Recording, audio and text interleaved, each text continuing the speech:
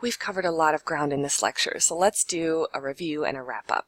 The first question has to do with hierarchical regression because we're talking about a change in R-squared, and that cues us that a sequential method is going to be needed where we're comparing one or more regression equations to one another.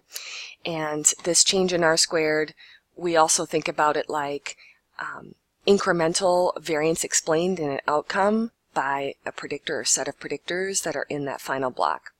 And so remember, this is tested with the ANOVA command, and so we would report at least 3 basic pieces of information that are super important with a sequential method. First is the actual change in R-squared itself, which is an effect size and it's a percentage, and then whether that is significant or not, and that's going to be that ANOVA command, f-test, and p-value. The next question, conceptually, the semi-partial squared is the proportion of total variability explained in an outcome uniquely by a predictor or set of predictors that are in that final block, in that final equation, and it is exactly equal in value to the change in R-squared.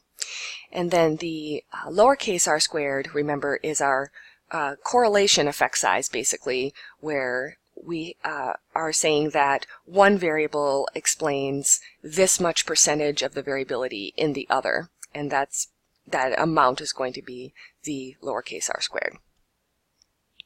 Now, it's important to understand the relationship between these two when the predictors are correlated versus uncorrelated. So when they're correlated with each other, as the two predictors are starting to overlap on that Venn diagram more and more, it's just more difficult to ascertain their unique contribution to the DV. And so this semi-partial squared is going to decrease relative to the bivariate because the bivariate isn't affected by that troublesome C-space.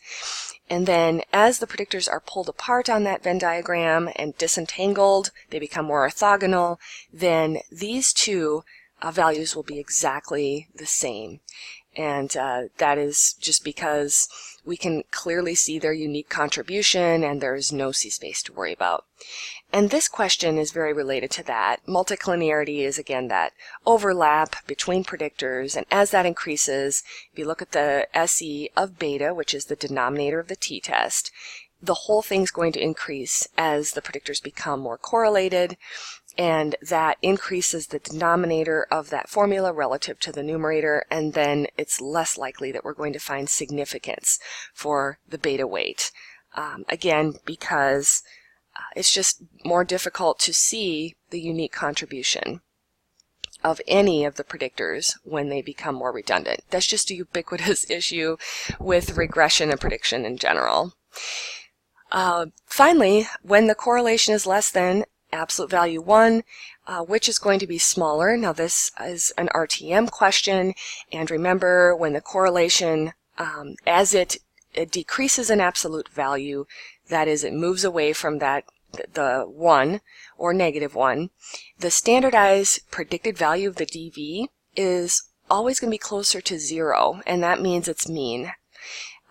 Then the observed predictor value that's standardized will be closer to its mean.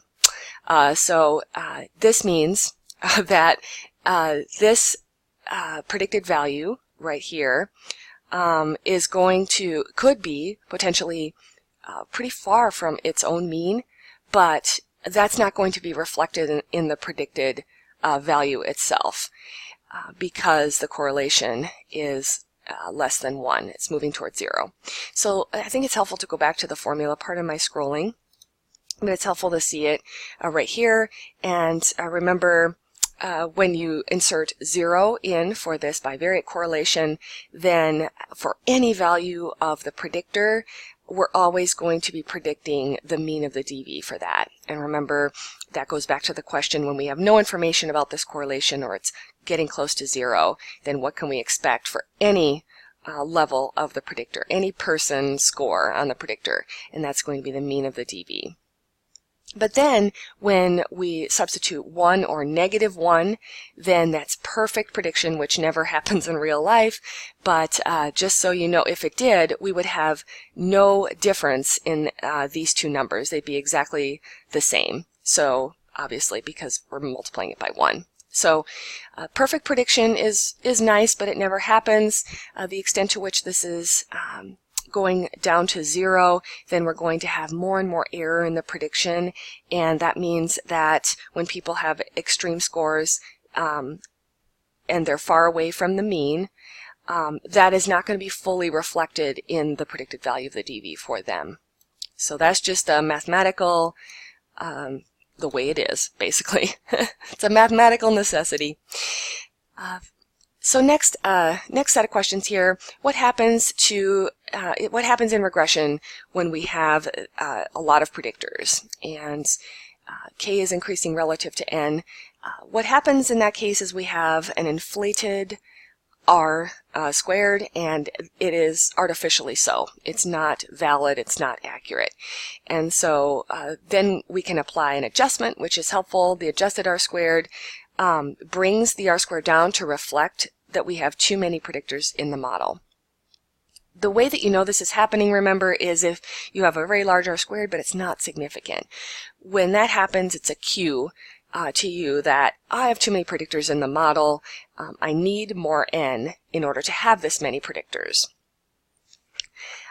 As k approaches n, the prediction will get better and better, but it's going to be false. It's going to be a function of the sample that we have. We're overfitting. We call it overfitting a model, and it just looks better than it really is. And so to have the most accurate results, we need to have an n size that is like, some people say 30 to 1 for k, some people say 15 to 1.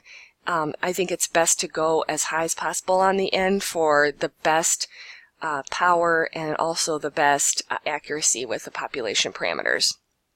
Remember that as k increases relative to n, the adjusted r squared is going to be very off from the observed, and note that with the formula.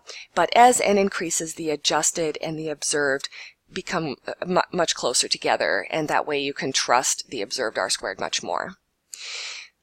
The distinction between sequential simultaneous predictor entry, remember this is a pretty simple concept, I think, where simultaneous we just have one regression equation. We throw all of the predictors into the model at once and look at their associated b weights.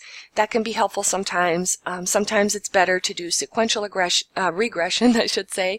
That is better when we are doing many covariates. We have several covariates in the model, and we want to understand what our focal predictors are doing above and beyond that set of predictors as a whole. And entering things in separate blocks is just better for understanding what's going on with the data. In the multi-predictor model, the intercept represents the predicted value of the DV. What can we expect in the outcome when all predictors are set to 0? And 0 may not be a meaningful point on the scale of the predictors, and that's when we may think about centering, but I always come back to this basic point of knowledge, and that is that intercept is going to be what we can expect on the DV when everything is set to 0, whatever 0 looks like, if that's the mean, if we've centered or standardized our predictors.